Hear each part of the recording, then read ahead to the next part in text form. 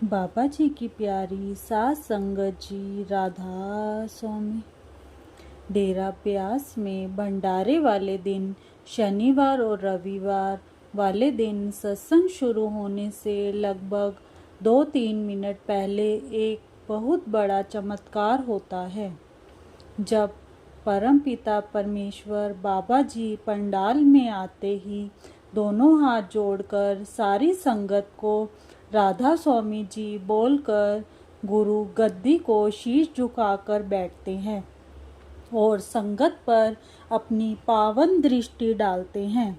जब सतगुरु संगत पर दृष्टि डालते हैं तो संगत बिल्कुल चुपचाप अपने बाबा जी को देखती है और बाबा जी भी एक एक संगत पर दृष्टि डालकर उसकी हाजिरी लगाते हैं कि कौन कौन घूमने फिरने आया है, कौन सेवा करने, कौन सत्संग सुनने और कौन अफरा तफरी करने आया है।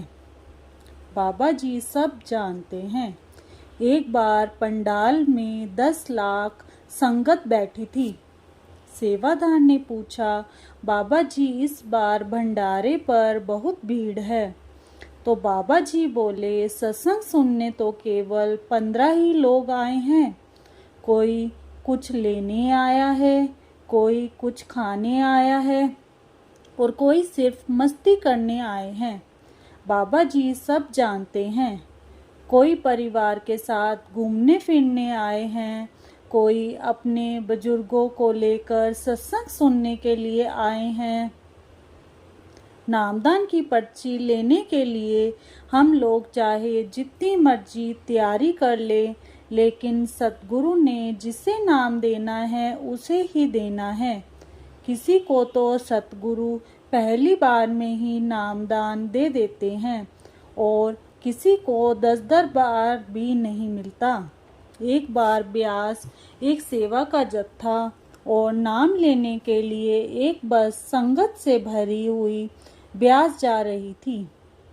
सभी एक दूसरे से बातें कर रहे थे कि आप 5 गुरुओं के नाम याद कर लो।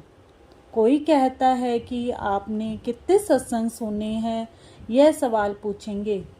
किसी ने कहा कि सत्संग घरों में महीने में कितने सत्संग होते हैं, 4 या 8। वह सब आपसे बातें कर रहे थे।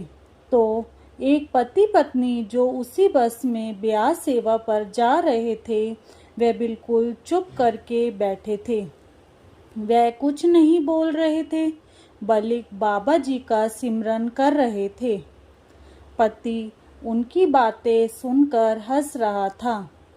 तो एक बीबी ने उनसे पूछा, वीर जी, आप हमारी बातें सुनकर हंस क्यों रहे हैं? तो वह बोला, बहन जी, नाम जिसको बाबा जी ने देना है उसे ही देना है।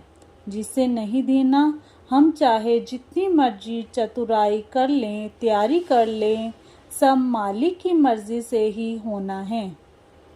तब उसने बताया कि मेरी पत्नी सत्संगी परिवार से थी।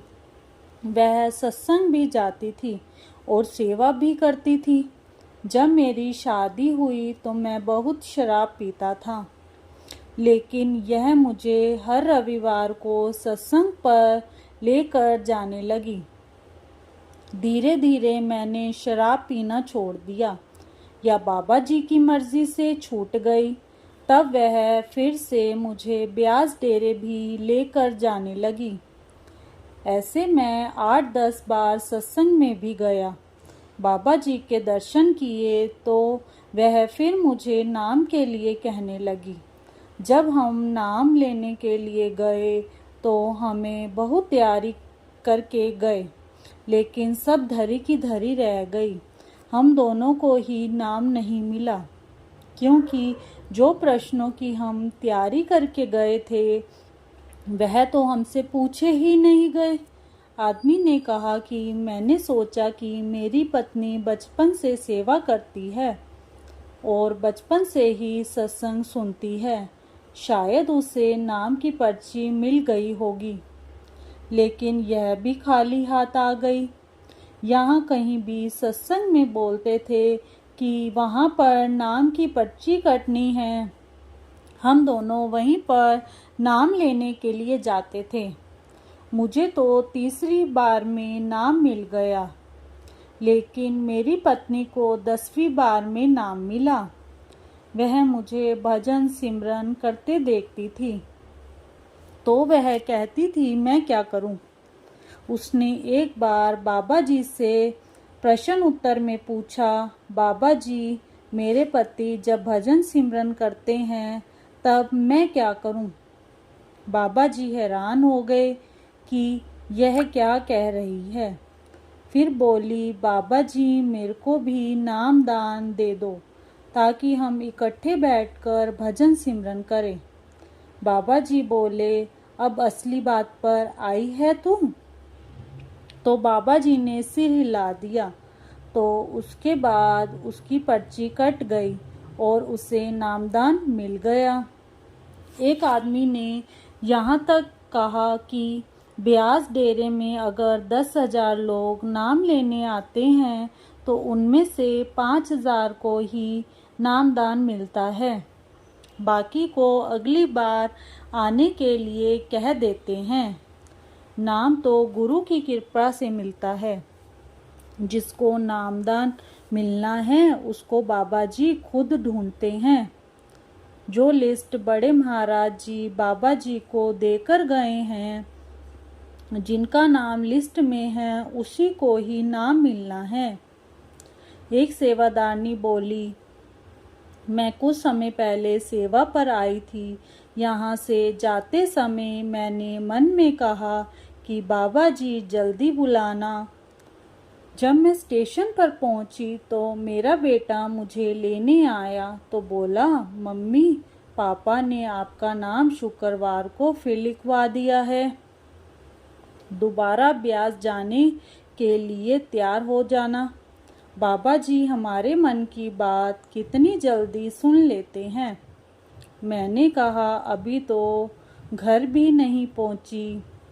बाबा जी ने दोबारा बुला लिया और वह बाबा जी का बार बार शुक्र करने लगी और बोली, जैसे आपकी मर्जी मालिका।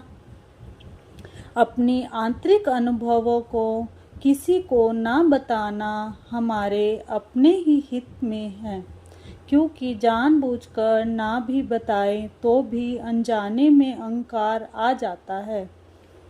जब हम अपने अनुभव बताते हैं तो हम सोचते हैं कि दूसरे व्यक्ति ने अभी तक प्रकाश भी नहीं देखा, कोई मंजिल भी पार नहीं की, और इस प्रकार हम अहंकार के शिकार हो जाते हैं और हमारी अपनी प्रगति रुक जाती है।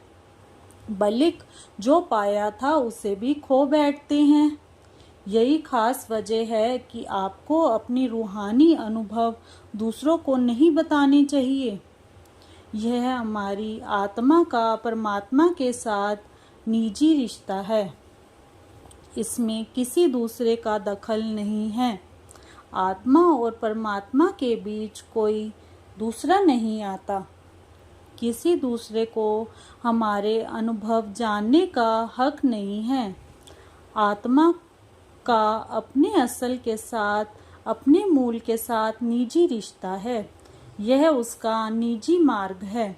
हम क्यों उसमें किसी के साथ हिस्सा बताएं? आप कैसे आशा कर सकते हैं कि आत्मा अपनी रूहानी अनुभव और आंतरिक रूहानी भेद को औरों के साथ बांट सकती है, औरों पर प्रकट कर सकती है? इन अनुभवों को अंदर हजम करना चाहिए, और जितना अधिक आप उन्हें अंदर में हजम करेंगे, आप अपने अंदर उतनी ही ज़्यादा दया मेहर पाएंगे। उस मालिक की कृपा को ग्रहण करने के उतने ही अधिक योग्य बनेंगे। अगर हम अपने अनुभव दूसरों को बताने लगेंगे तो हम चमत्कार दिखाने के लिए लालच के शिकार भी बन सकते हैं, क्योंकि अहंकार बढ़ता जाता है। मैं यह कर सकता हूँ, मैं वह कर सकता हूँ। फिर ऐसे चमत्कार हो भी सकते हैं क्योंकि आपने कुछ रूहानी तरक्की कर ली है। आपको अपनी रूहानी ताकत का पता नहीं होता, पर जो आप कहते हैं वह सच हो जाता है। आप चमत्कार दिखाना नहीं चाहते, लेकिन आप में चमत्कार करने की शक्ति आ जाती है। जब भी आपसे अनजाने में चमत्कार हो जाते हैं तो आपको उनकी कीमत चुकानी पड़ती है। इसलिए यही अच्छा है कि अपने आप को छुपा कर रखें और जो मिला है उसे अपने अंदर हजम करें। आप केवल इतना ही कह सकते हैं कि मालिक की दया से अभ्यास ठीक चल रहा है। जो कुछ है उस दाता के हाथ में है, उस मालिक के हाथ में है। वह जैसा करेंगे उनकी मर्जी। फिर जब वो लोग जान लेते हैं कि आपने काफ़ी तरक्की की है, आप प्रकाश देखते हैं और यदि आप आध्यात्मिक दृष्टि से बहुत खुश हैं तो वे आपकी प्रशंसा करने लगते हैं, आपको खुश करने की कोशिश करने लगते हैं। तब आपके अहंकार के बढ़ने का खतरा हो जाता है। वह आपको ज़रूरत से ज़्यादा आदर सम्मान देने लगते हैं, आपको एक पहुंची हुई रूह समझने लगते हैं, एक ऊंची आत्मा समझने लगते हैं, रूहानी नेता मानते हैं और आप भी उस आदर के प्रति सचेत हो जाते हैं। और नतीजा यह होता है कि जो आपने पाया था वह सब खो बैठते हैं।